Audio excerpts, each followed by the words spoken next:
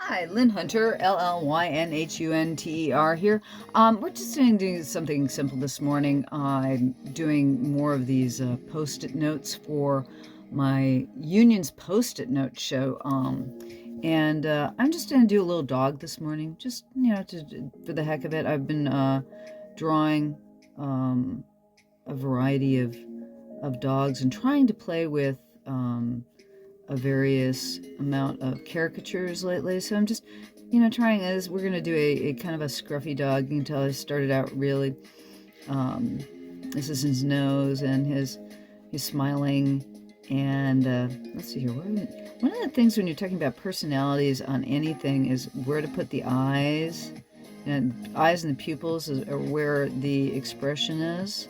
So I'm putting the back of the eye. This is the back of the eye to the front of the eye is showing kind of where the expression is going. You always want to give brows of some sort if you can, because brows really give you what you're doing in expressions.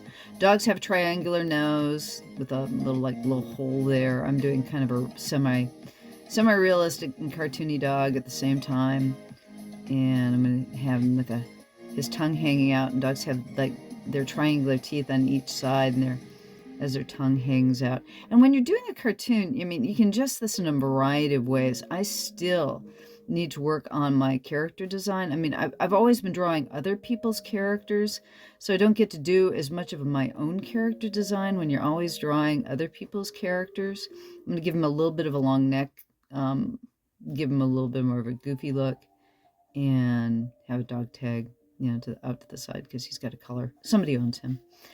And that's when I'm drawing it, you're thinking about, okay, I want to make him goofy, want to make him really hairy, kind of a poodle mix of some sort. He's got, my cousin Melanie had a dog named Rags, and nobody knew exactly. He was what's known as a California beach dog, basically a mixture of just about everything.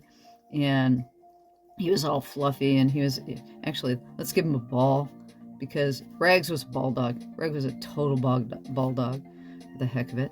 And then like a curly tail with lots of fur on it.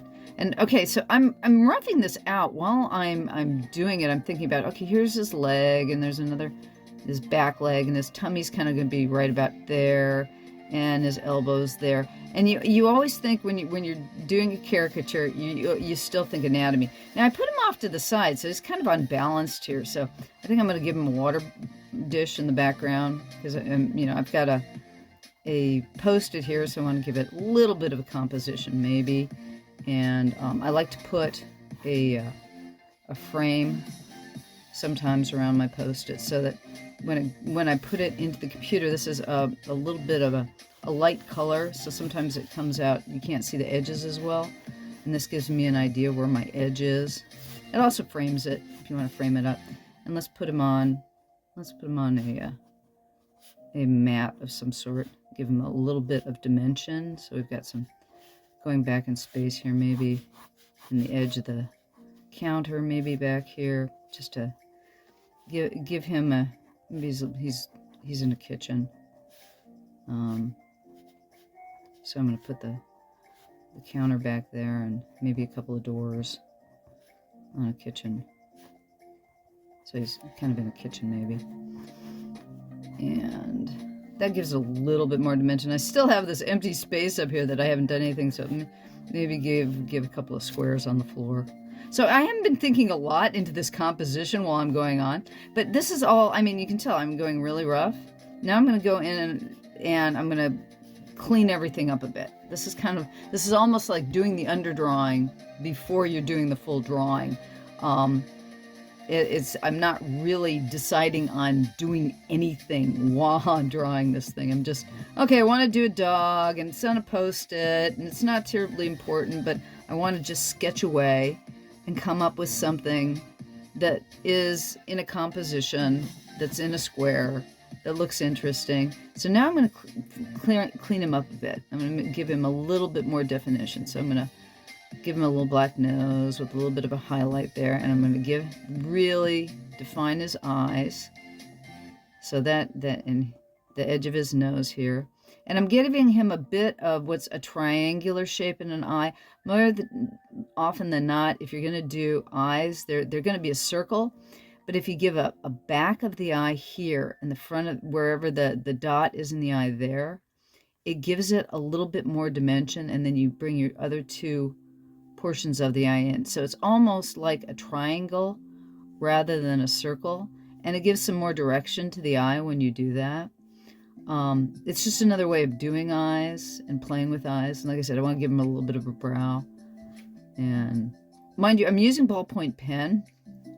And ballpoint pen is a really fun tool in the respect that it can go really dark or very light at the same time, and it gives some variation in strength. It's very much like a pencil in that respect. I used to think that, oh my God, it's permanent. I don't want to do it in pen. It's permanent. And when I started using ballpoint pen, I realized, oh, I mean, I can do an underdrawing that's rather light, and the volume or the personality that you're putting into each line that you do comes kind of through extra in ballpoint. So it has its own extra vitality to it. So let's see, his collar's kind of gotten a little bit, so I'm trying to find, where's the dimension of that collar?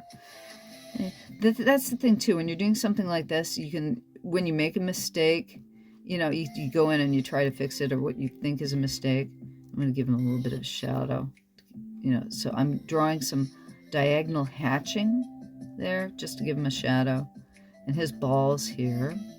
And so we know it's a ball. Let's give it, you know, an edge like, or stitching like a baseball. So we have a better feeling for that's a ball between his feet.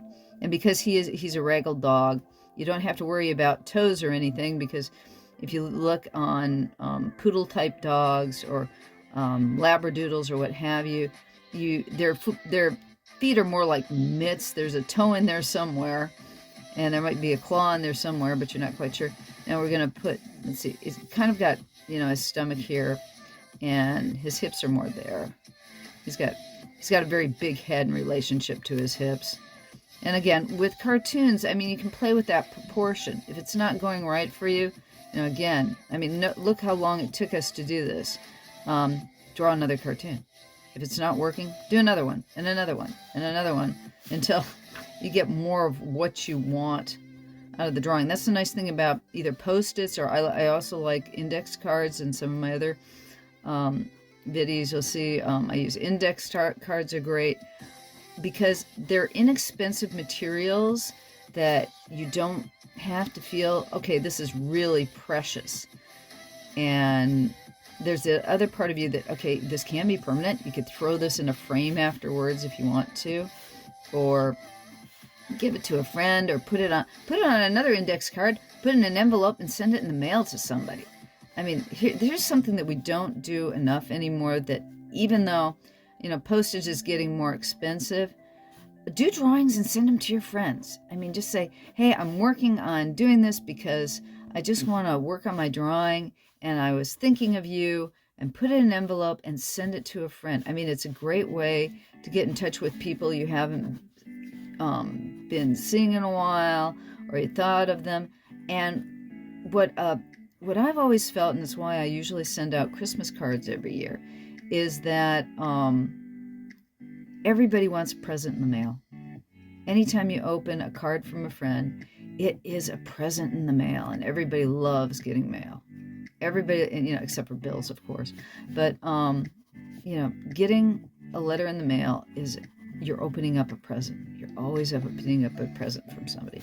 So that's our little drawing of another dog. I'm doing dogs and cats these days.